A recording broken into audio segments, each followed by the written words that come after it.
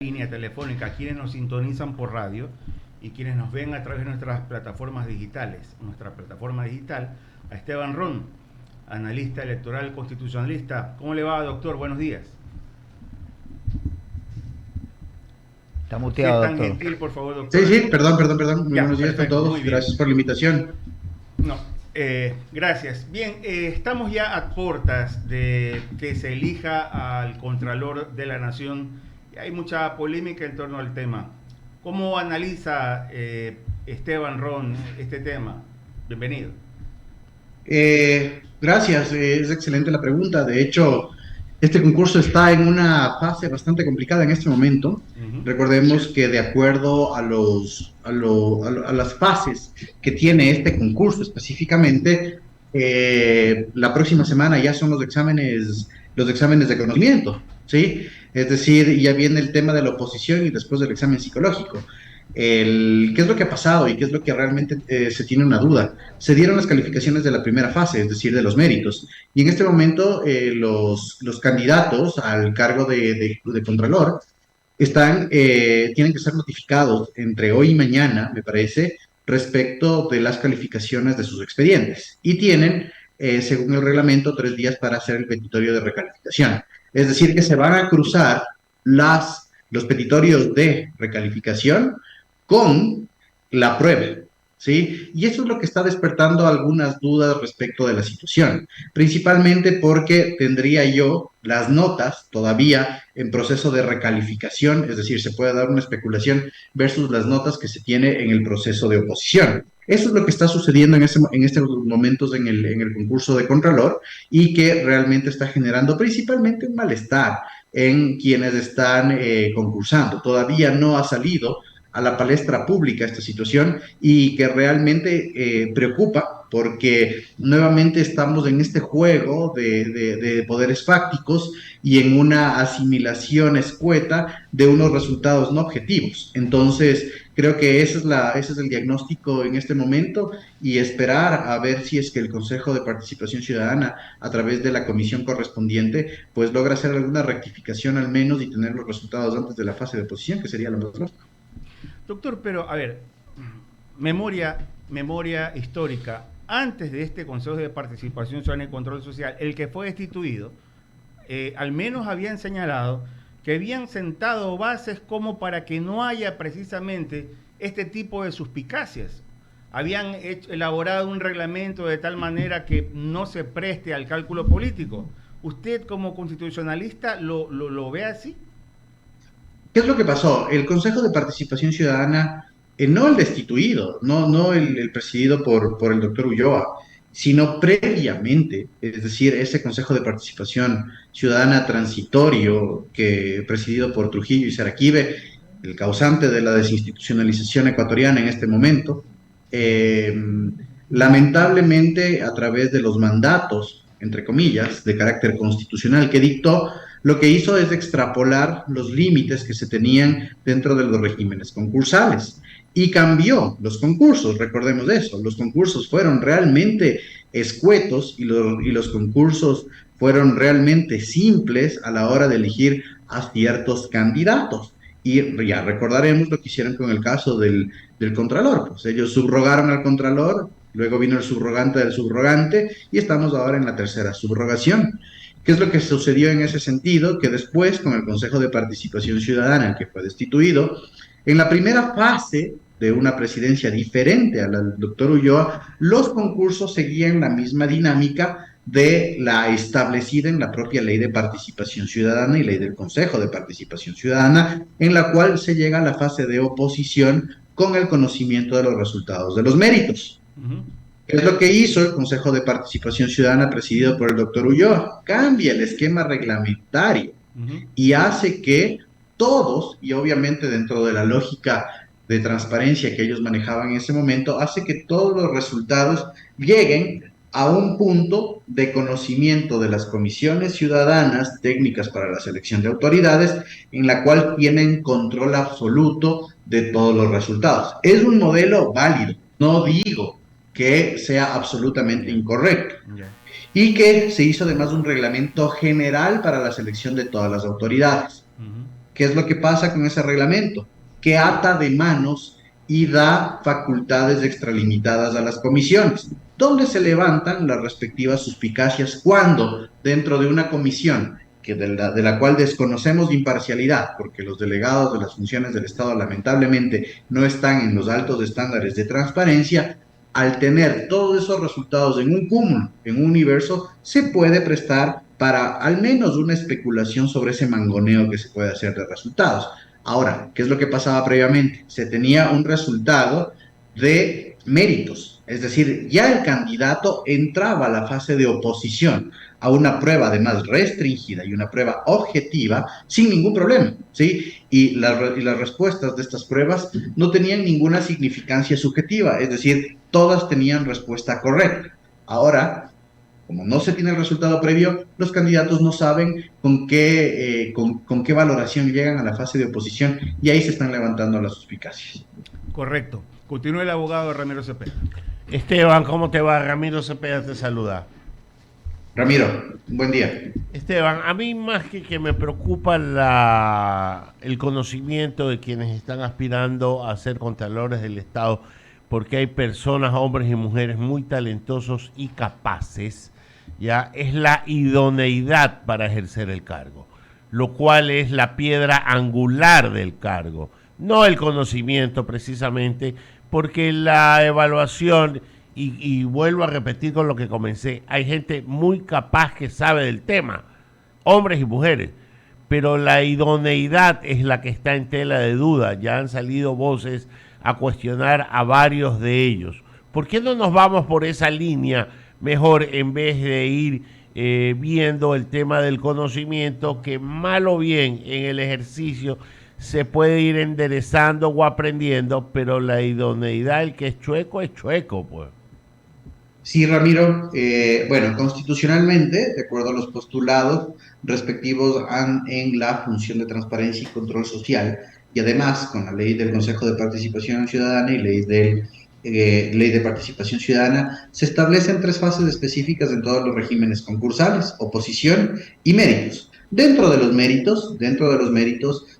de esta fase se hace una valoración, digamos que es un escrutinio institucional, y hablo de institucionalidad desde donde se obtienen los resultados de la idoneidad de estos candidatos, como tú acertadamente señalas, en los cuales los candidatos tienen que presentar al menos tres certificaciones. La primera es no tener ningún tipo de responsabilidad por la propia Contraloría General del Estado, es decir, presentar el cuadro de responsabilidades. Recordemos que la propia Contraloría General del Estado puede determinar responsabilidades administrativas y civiles. Entonces, persona que tiene alguna determinación en ejercicio de cargo público, lamentablemente no puede concursar. Y además es no tener sentencia condenatoria ejecutoriada, que es lo que ya estamos en el escrutinio penal.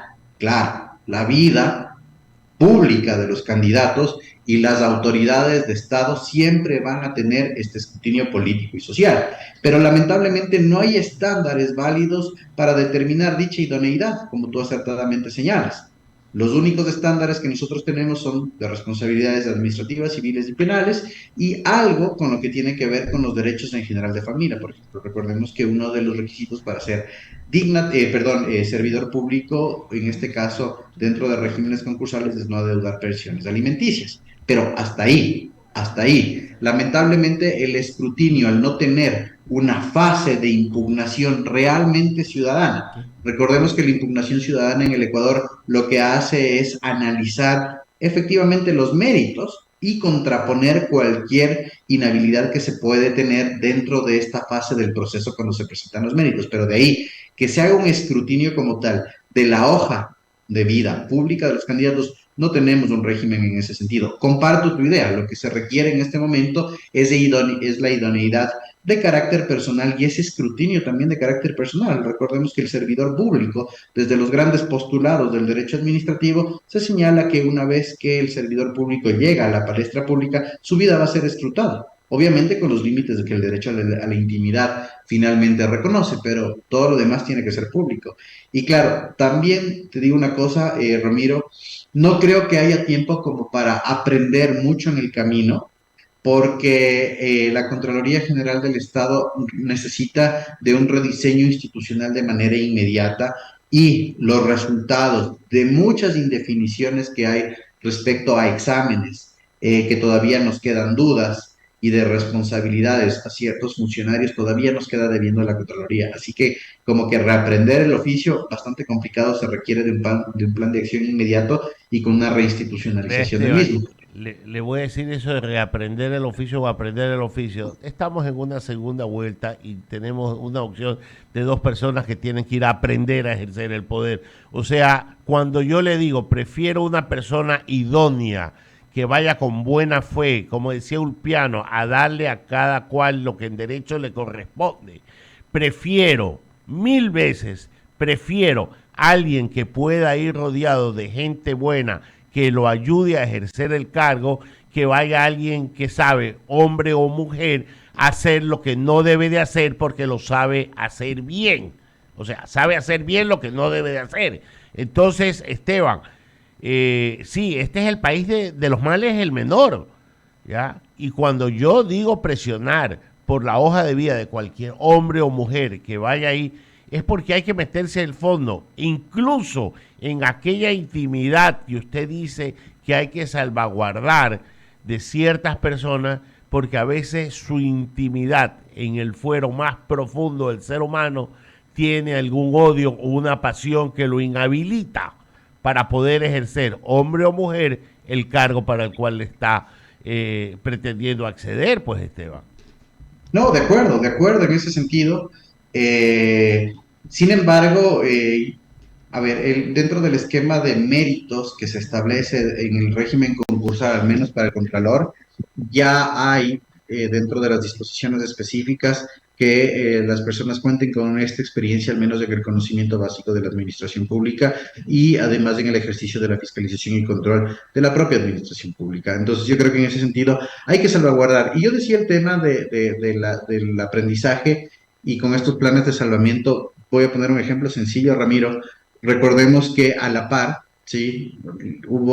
Nunca es bueno comparar instituciones ya que sus funciones y atribuciones son diferentes, pero recuerdo que en el plan de reinstitucionalización, la Procuraduría General del Estado y la Contraloría General del Estado entraron casi al mismo tiempo las dos, ¿sí? Y en este momento la Procuraduría General del Estado, obviamente con fondos BID, lo que hizo es ya lograr no solo la imagen, sino una reinstitucionalización propia y sigue teniendo y manteniendo al menos estándares de administración altas, mientras que la Contraloría se quedó ahí. Además, recordemos que hubo una irrupción en su momento a través de una consulta popular con querer ser Tribunal de Cuentas, que lamentablemente no llegó a ningún lado porque el principal promotor, pues Pablo Celi, fue después ya parte de un proceso penal. Sin embargo, la Contraloría, Ramiro, en este punto sí requiere de un plan de acción de reinstitucionalización y de liderazgo. Eso es lo principal. Y además que se acaben con estas decisiones, principalmente en los desconcentrados sectoriales, es decir, en las unidades provinciales de la Contraloría General del Estado, que realmente no han generado un resultado bueno dentro de los estándares básicos que se requieren dentro de la fiscalización y control de la administración. Doctor Ron, buenos días. Le saluda Javier Segarra. ¿Cómo Javier. le va? Esta crisis en la función judicial, ¿cuándo la perdimos para que los ecuatorianos de alguna u otra manera tengamos una justicia adecuada? O sea, aquí están los intereses de los partidos políticos, los intereses personales por sobre los ecuatorianos. No tengo una fecha determinada de cuándo se perdió a la Administración de Justicia, Javier. Es gravísimo lo que está pasando en todo sentido. Yo creo que al menos tenemos que hacer un análisis de tres eventos y de tres variables, tres componentes, para ver el por qué se encuentra en el estado que está este Consejo de la Judicatura. En primer lugar, la función judicial tiene un tema histórico-cultural, que es la corrupción y lamentablemente esta desatención estatal a través de fondos que hace que los jueces y los administradores de justicia, en general los operarios judiciales, se vean sometidos a poderes fácticos y poderes fácticos que son paralegales. Hablemos de narcotráfico y hablemos también de estas redes mafiosas que están irrumpiendo en cada estrato social del país. Eso creo que es una presión general que se tiene. En segundo lugar, La función judicial, si no tiene un control estricto del día a día dentro de una funcionalidad de supervisión por un consejo de la judicatura, y perdónenme la expresión, se va a deschavetar. Si los servidores judiciales no tienen ese control in situ como tal, en calidad de administración, no en cantidad. Recordemos que inclusive el Consejo de la Judicatura ha fijado estándares a los jueces de evacuación de causas. Entonces, no es realmente un tema de como decía, de calidad, sino es de cantidad, y despachen y despachen y despachen.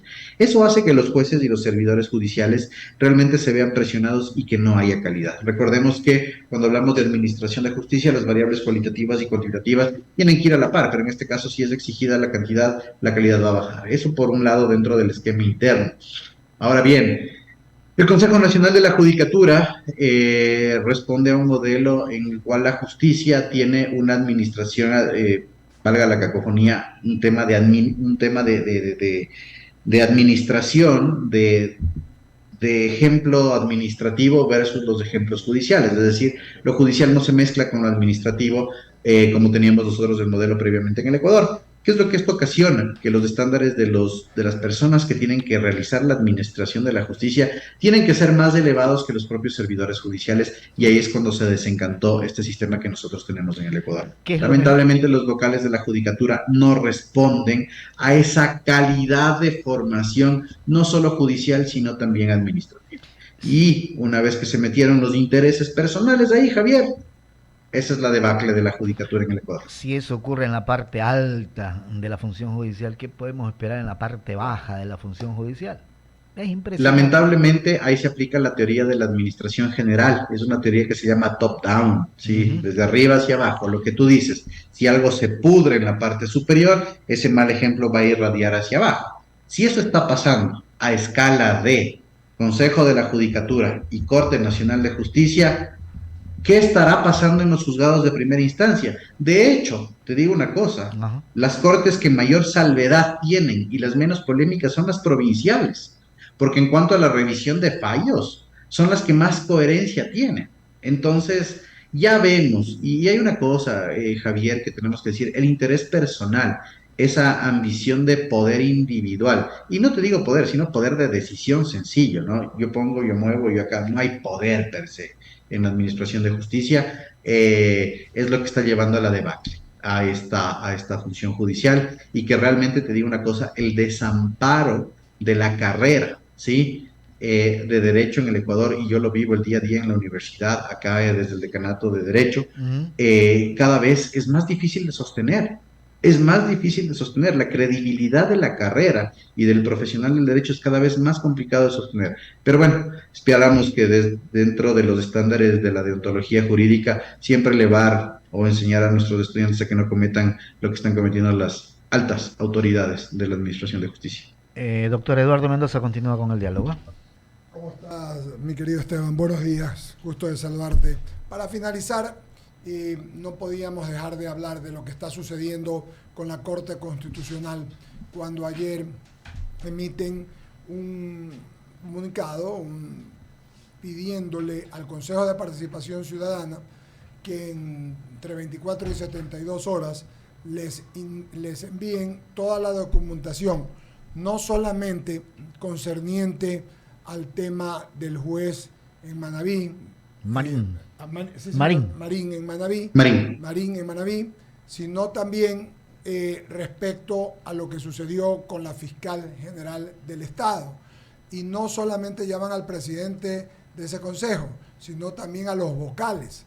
¿Cuál crees tú que va a ser el desarrollo cuando ya un juez, un ministro juez, el doctor Enrique Herrería, ya dijo deberíamos ir directamente a tratar el tema, y han convocado a la Corte el lunes 20 a audiencia pública? Muy bien, Eduardo, muchas gracias por la pregunta, es una excelente pregunta. ¿Cuál es el estado situacional de este tema? El Consejo de Participación Ciudadana actual, a través y en cumplimiento de una disposición de juez de primera instancia constitucional de una acción de protección, ordena que se realice la veeduría ciudadana de las actuaciones del Consejo de Participación, perdón, de la Corte Constitucional, y es una actuación específica, la actuación que brindó las resoluciones del Consejo de Participación Ciudadana transitorio. La veeduría ciudadana, si nosotros nos remitimos a la ley de participación ciudadana, realmente no tiene efectos vinculantes, pero obviamente va a ejercer una presión social. De hecho, escuchaba el día de hoy, justo en medios de comunicación, que existen ya 40 inscritos. Ahora bien, ¿qué es lo que hace la Corte Constitucional? La Corte Constitucional puede activar, siempre que así lo determine el mecanismo de seguimiento de sus decisiones. ¿De acuerdo? Ya. Entonces, ¿qué es lo que ha hecho? Ante la presión y ante los pedidos en general que están pasando en el país, ha activado el seguimiento a la decisión de su propia Corte, es decir, la Corte puede dar seguimiento a sus propias decisiones, ¿sí? No de otros organismos, da o abre la posibilidad de seguimiento a su decisión de blindaje de las actuaciones del Consejo de Participación Ciudadana y cómo ésta se puede oponer a la decisión de este juez de primera instancia con jurisdicción constitucional, si así decimos, para ver hasta dónde pueden llegar los límites. Me parece una decisión acertada de la Corte Constitucional. Lamentablemente la Corte tuvo que reaccionar de esa manera. Recordemos que la Corte Constitucional es, Javier, un organismo contramayoritario que no tiene representación democrática, sino que tuvo que reaccionar para frenar, en ese caso, una embatida fáctica que no tenía lugar de ser. Luego ya vimos que las declaraciones pues, del presidente del Consejo de Participación Ciudadana, el propio presidente se dio cuenta y dijo, la veeduría ciudadana va a emitir un informe, nada más. Pero te digo una cosa, ¿quién trabaja gratis en cuanto a participación ciudadana? Claro. Entonces, muy complicado. ¿Qué va a pasar en la audiencia? La Corte Constitucional, y a mí me gusta siempre ser referenciados con casos análogos. Recordemos cuando destituyó al propio Consejo de Participación Ciudadana, al último Consejo de Participación Ciudadana presidido por el doctor Ulloa. Sí, lo que hizo es, si es que efectivamente los consejeros determinaron las decisiones o al menos ejecutaron las decisiones de la propia Corte Constitucional y que encontraron los magistrados de la Corte Constitucional que hubo esta simulación votacional para no elegir autoridades y por eso se dio la destitución. Acá es contraponer y ver los límites. ¿Qué es lo que correspondió dentro de ese blindaje a las decisiones del Consejo de Participación Ciudadana versus esta decisión del juez? La Corte Constitucional solo puede ver lo que ha decidido, no va a contraponer lo que el juez Macías ha dicho. ¿Y qué va a suceder en la audiencia? Va a escuchar a las partes, a los convocados, en este caso no hay partes como tal, sino va a escuchar a los convocados para determinar si hubo o no cumplimiento de su propio dictamen. Eso es lo que va a suceder. Mi querido amigo Esteban, agradecerte tu amabilidad como siempre.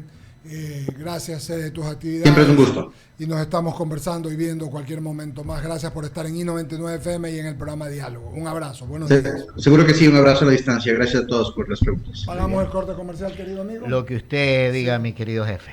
Vamos al corte. No, vamos a abrir espacio a las menciones publicitarias. Bajando el tono que... Sí, y vamos al corte. Sí, señor, haga el favor.